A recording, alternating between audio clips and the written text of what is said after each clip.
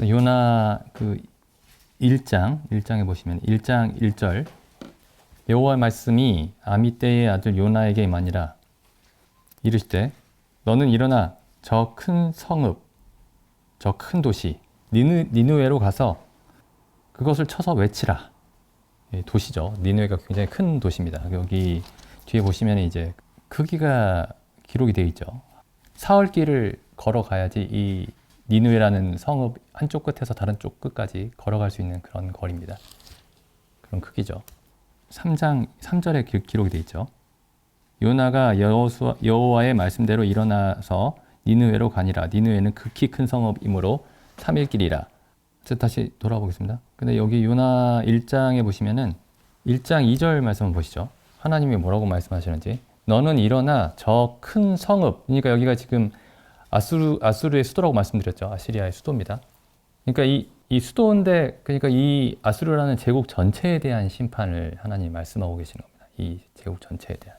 너는 일어나 저 큰 성읍 니느웨로 가서 그것을 쳐서 징계하라는 말이죠. 쳐서 외쳐라.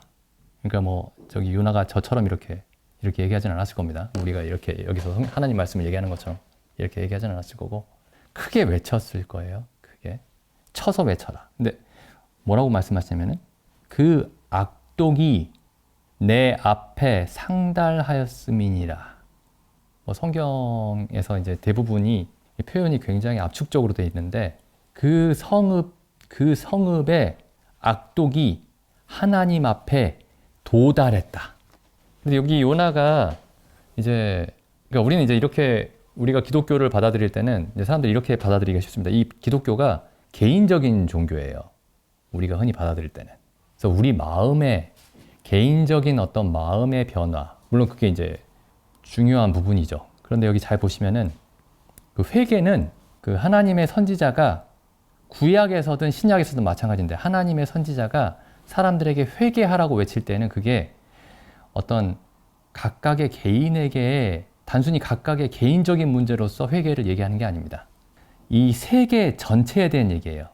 이 세상 전체에 대한 얘기입니다. 이 니느웨라는 도시 전체가 어떤 문제가 있는 거예요. 그래서 성경을 잘 보시면 이제 하나님이 심판을 어떻게 하시냐면은 너무 당연한 얘기긴 한데 그 노아의 홍수를 보시면은 세상 전체를 심판하십니다. 그 세상이 문제이기 때문에. 그리고 구원은 어떻게 하시냐면은 그 세상에서 일부의 사람들을 끌어내십니다. 그래서 이제 요나가 이제 그 자기 이스라엘 백성을 괴롭히는 나라가 하나님 앞에 회개해서 그 생명을 보존하는 것이 싫으니까 도망가 버리죠. 요나가. 거기 하나님의 말씀을 전하기가 싫어가지고 하나님의 백성의 적국에게 내가 하나님의 말씀을 전해서 저들을 구원할 수는 없습니다 하면서 도망가 버립니다. 어쨌든 그래서 결국에는 이제 물고기 뱃속에서 나와서 그 니느웨에서 이제 하나님의 말씀을 전하죠. 이제 뭐라고 전하냐면은 4절에 보시면 3장 4절 요나가 그 성에 들어가며 곧 하룻길을 행하며 외쳐 가로되 40일이 지나면 니느웨가 무너지리라. 그래서 이 성 전체가 니느웨라는 성 전체가 하나님 앞에서 망할 겁니다. 이렇게 전했습니다. 그럼 부활하신 그리스도가 우리에게 처음 전하는 모든 사람에게 처음으로 전하는 그 메시지 하나님의 말씀이 뭐냐면은 하나님은 당신을 사랑하십니다.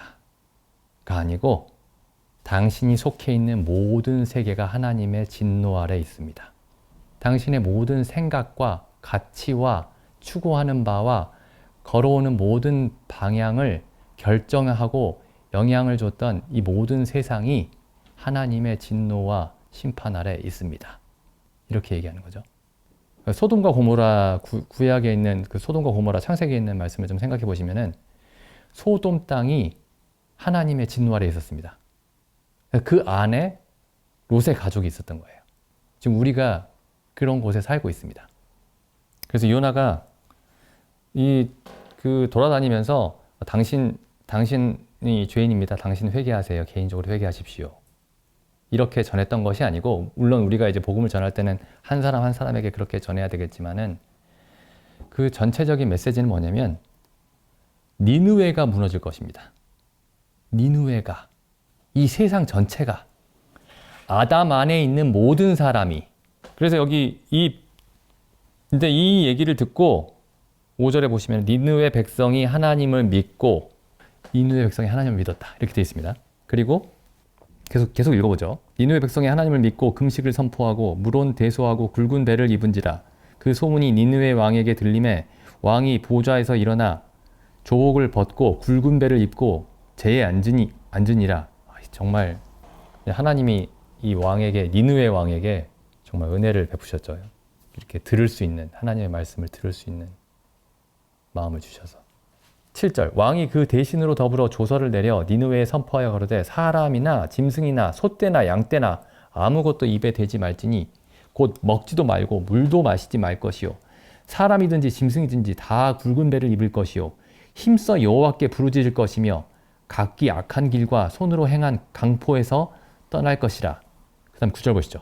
하나님이 혹시 뜻을 돌이키시고 그 진노를 그치사 우리로 멸망치 않게 하시리라. 그렇지 않을 줄을 누가 알겠느냐 한지라.